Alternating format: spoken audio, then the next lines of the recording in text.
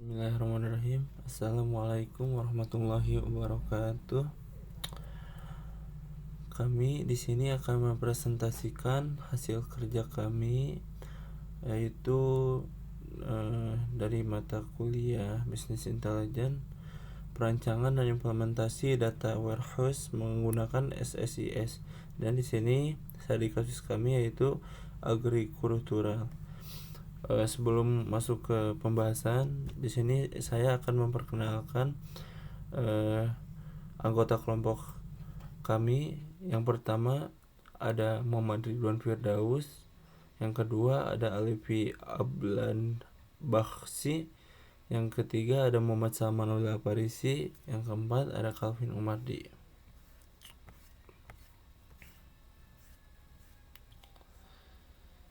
Baik, di sini bab 1 ada pendahuluan. Dalam era digital, saat ini jumlah data dihasilkan oleh berbagai organisasi terus meningkat secara eksponensial. Data tidak hanya berasal dari transaksi harian, tetapi juga dari berbagai sumber lain seperti media sosial, sensor, maupun aplikasi bisnis untuk mendukung proses pengambilan keputusan.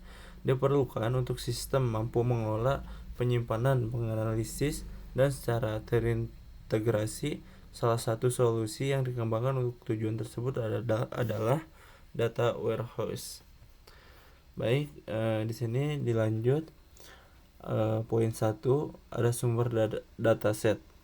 Dataset ini menyediakan informasi komprehensif tentang penjualan produk pertanian, metrik rantai pasokan, dan harga di berbagai kategori termasuk sayuran, buah-buahan, biji-bijian, susu, dan hewan ternak. Untuk tahun 2022 dan 2023 ini berisi catatan rinci untuk lebih dari 8.000 transaksi, menangkap data penting seperti ID, produksi, nama produk, kategori, harga per kilogram, unit yang dikirim, unit yang terjual, unit yang tersedia, informasi pemasok, lokasi pertanian, dan tanggal perjualan.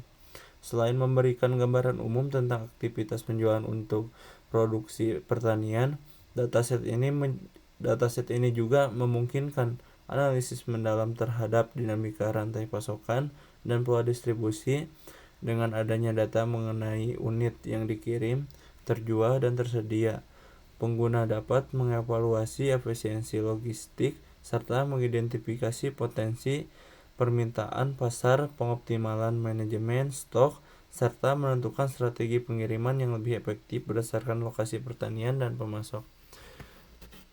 Baik, di sini sebelum lanjut ke poin yang kedua, saya akan melihatkan data Excel terkait pertanian.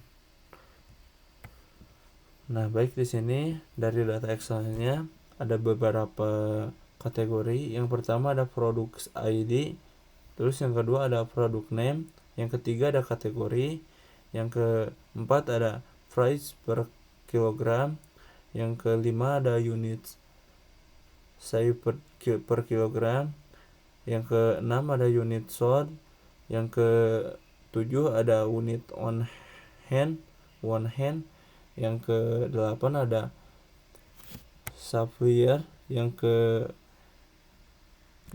ada farm location, dan yang terakhir ada sell date.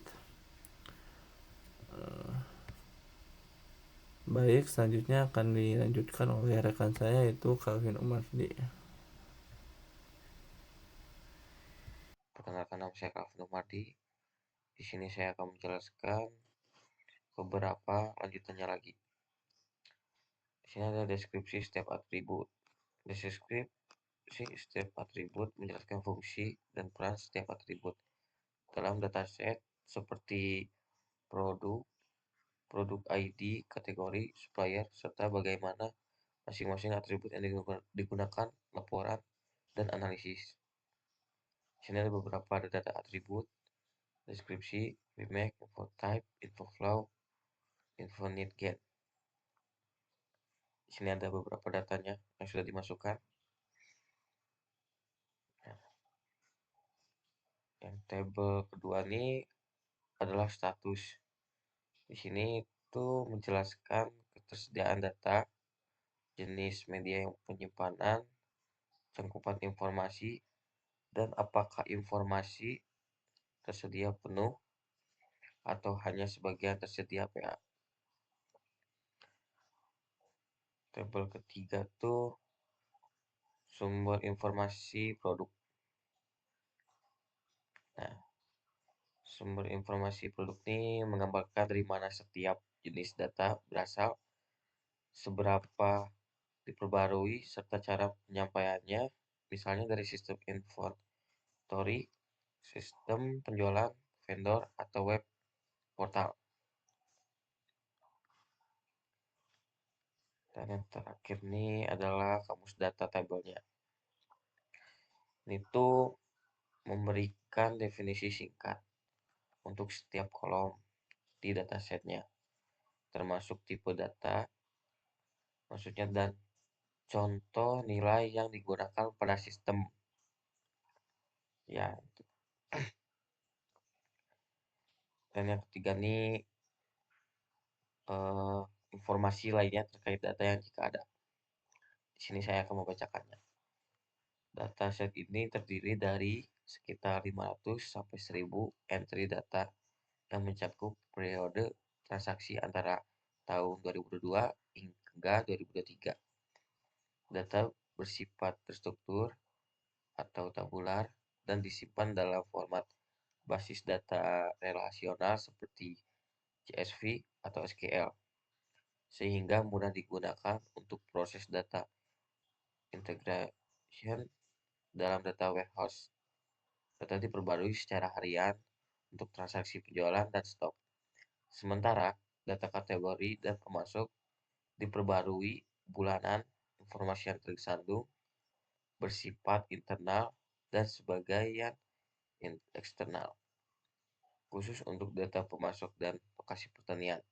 Secara umum, dataset ini bersifat available, namun terdapat seperti farm location yang berstatus partially available, karena tidak semua pemasok menyediakan informasi lokasi lengkap. Dataset ini sangat relevan untuk mengembangkan data warehouse karena mencakup aspek penting dalam proses bisnis, mulai dari pemasok produk, stok, hingga penjualan, yang memungkinkan dilakukan analisis multidimensi seperti analisis waktu, kategori produk, dan lokasi pemasok untuk mendukung pengambilan keputusan manajerial. Di sini di bab 2 itu adalah dasar teori. Yang pertama itu ada normalisasi dan analisis dimensi. Proses normalisasi dilakukan untuk menyusun data agar lebih terstruktur, menghilangkan redundansi, dan menjaga integritas antara entitas sebelum dibentuk ke dalam skema data warehouse. Berdasarkan hasil normalisasi hingga street normal from CNV, data penjualan produk pertanian dipecah menjadi satu tabel fakta yaitu fact sales, serta beberapa tabel dimensi yaitu dim produk, dim supplier, dan dim date. Dalam tabel fact sales berfungsi sebagai pusat penyimpanan data numerik yang dapat diukur make sure, seperti jumlah produk yang dikirim terjual, stok tersisa, dan total penjualan. Setiap transaksi diidentifikasikan dengan sales ID sebagai primary key, sementara date ID, produk dan ID, dan supplier ID menjadi foreign key yang terhubung dengan tabel dimensi yang terkait. Nilai total sales dihitung dari hasil perkalian antara unit sold dengan price, sehingga tabel berfungsi sebagai dasar analisis kinerja penjualan. Tabel di produk menyimpan data deskriptif yang mengenai produk pertanian seperti produk name, kategori, dan price pair (KG) dengan produk ID. Sebagai primary key, dimensi ini memungkinkan analisis mendalam terhadap jenis produk, kategori, atau harga satuan. Sementara itu, tabel ini dim supplier memuat informasi tentang hingga pemasok atau petani. Dengan supplier ID, sebagaimana kunci utama mengidentifikasi setiap pemasok secara unik. Atribut supplier name dan farm location memberikan distribusi produk terkait tabel dim dat mempresentasikan dimensi waktu yang digunakan untuk analisis periodik dengan date ID sebagai primary key serta atribut sell date, year, month, dan day memungkinkan pengamatan tren penjualan dalam rentang waktu yang tertentu. Hasil akhir dari proses ini membentuk struktur star skema di mana tabel fact sales berada di pusat dan dihubungkan ke tabel-tabel dimensi melalui foreign key dengan struktur ini. Analisis dilakukan secara fleksibel dari berbagai sudut pandang, misalnya menilai performa penjualan produk, kinerja pemasok berdasarkan wilayah, atau pola penjualan berdasarkan periode waktu tertentu, tanpa menimbulkan duplikasi data dan tetap menjaga efisiensi sistem penyimpanan.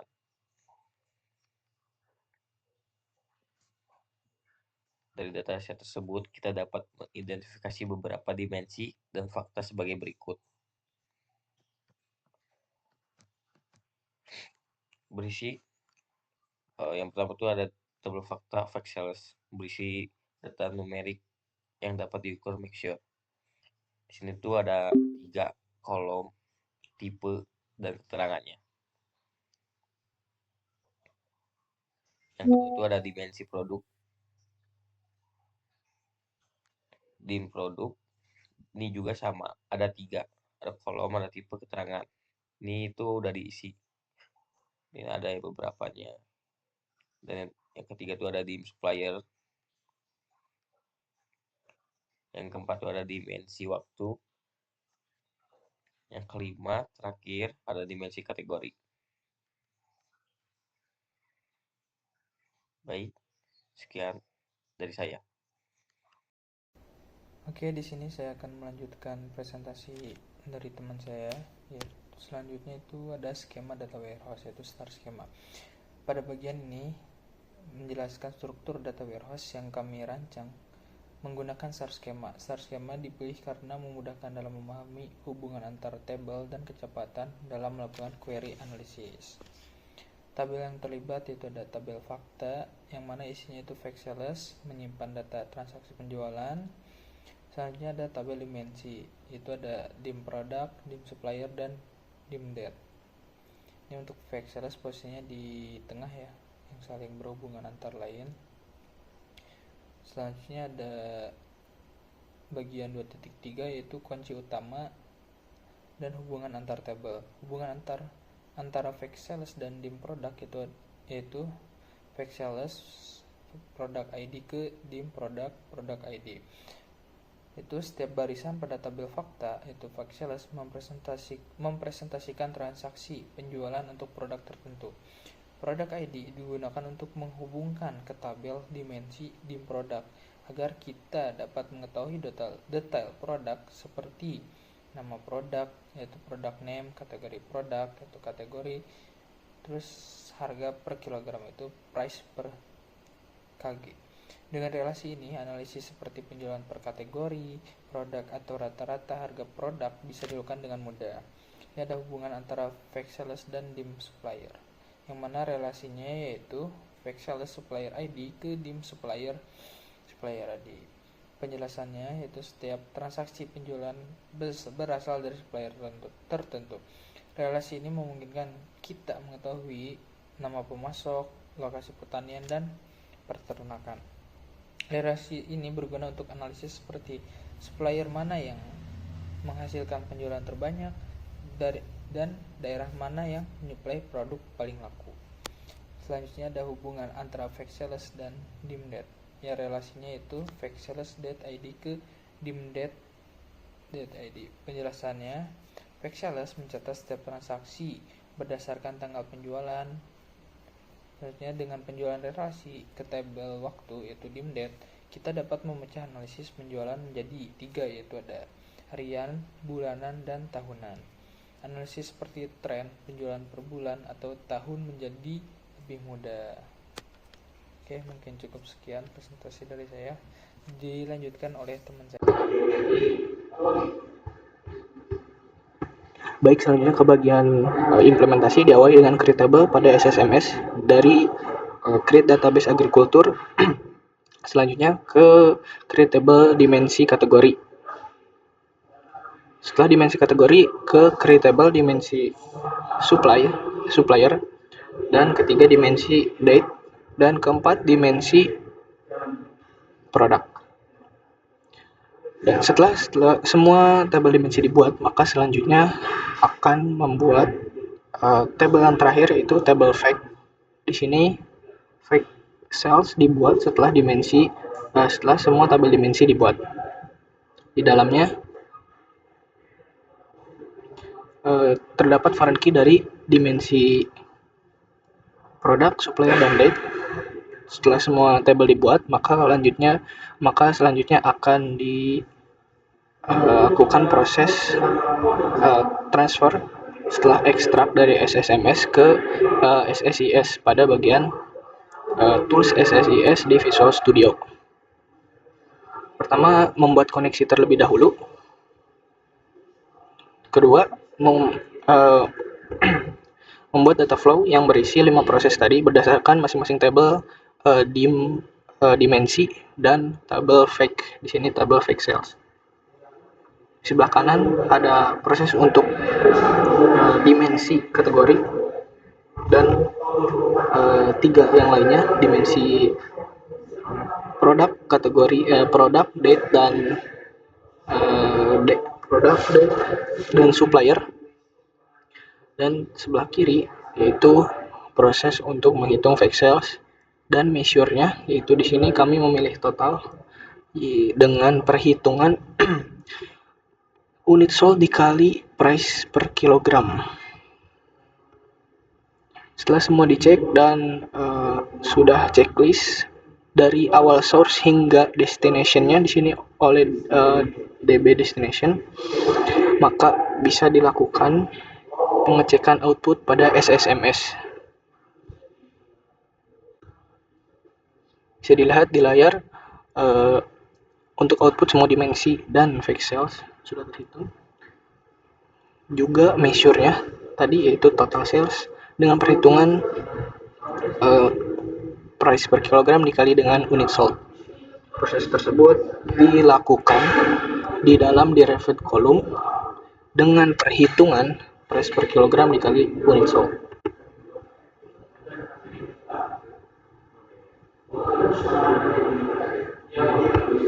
Baik, sekian untuk implementasi. Dilanjutkan ke bab 3. Baik, di sini saya akan melanjutkan bab terakhir, yaitu penutup. Di sini ada simpulan dari perencanaan dan implementasi data warehouse untuk data penjualan produk pertanian ini. Dapat disimpulkan bahwa yang ke-1, data warehouse berhasil dirancang menggunakan skema bintang, yaitu star skema dengan satu tabel fakta, yaitu yang bernama di tabelnya yaitu pack sales, dan beberapa tabel dimensi yang bernama dim produk, dim supplier, dim date, dim kategori produk. Yang kedua, struktur ini memungkinkan analisis data penjualan dari berbagai sudut pandang seperti berdasarkan produk kategori, pemasok, dan waktu. Yang ketiga, penerapan data warehouse menggunakan SSIS memudahkan proses integrasi transformasi dan loading data dari berbagai sumber. Yang keempat di sini yaitu hasilnya. Nah, di sini data yang sebelumnya tersebar dan terstruktur secara operasional kini telah terintegrasi dan siap digunakan untuk mendukung keputusan bisnis. Baik, yang di sini ada yang terakhir yaitu saran. Yang ke-1, menambahkan lebih banyak dimensi seperti lokasi, gudang, atau jenis pelanggan untuk menganalisis yang lebih mendalam. Yang kedua, ada mengoptimalkan performa query dengan indeks dan partisipasi pada tabel fakta. Yang ketiga, ada mengintegrasikan tool visualisasi seperti Power BI atau tabel untuk pelaporan yang lebih interaktif. Yang keempat, ada melakukan pembersihan data, yaitu data cleansing secara berkala untuk menjaga kualitas data. Baik, mungkin cukup sekian presentasi dari kelompok kami. Kurang lebihnya mohon maaf. Terima kasih. Wassalamualaikum warahmatullahi wabarakatuh.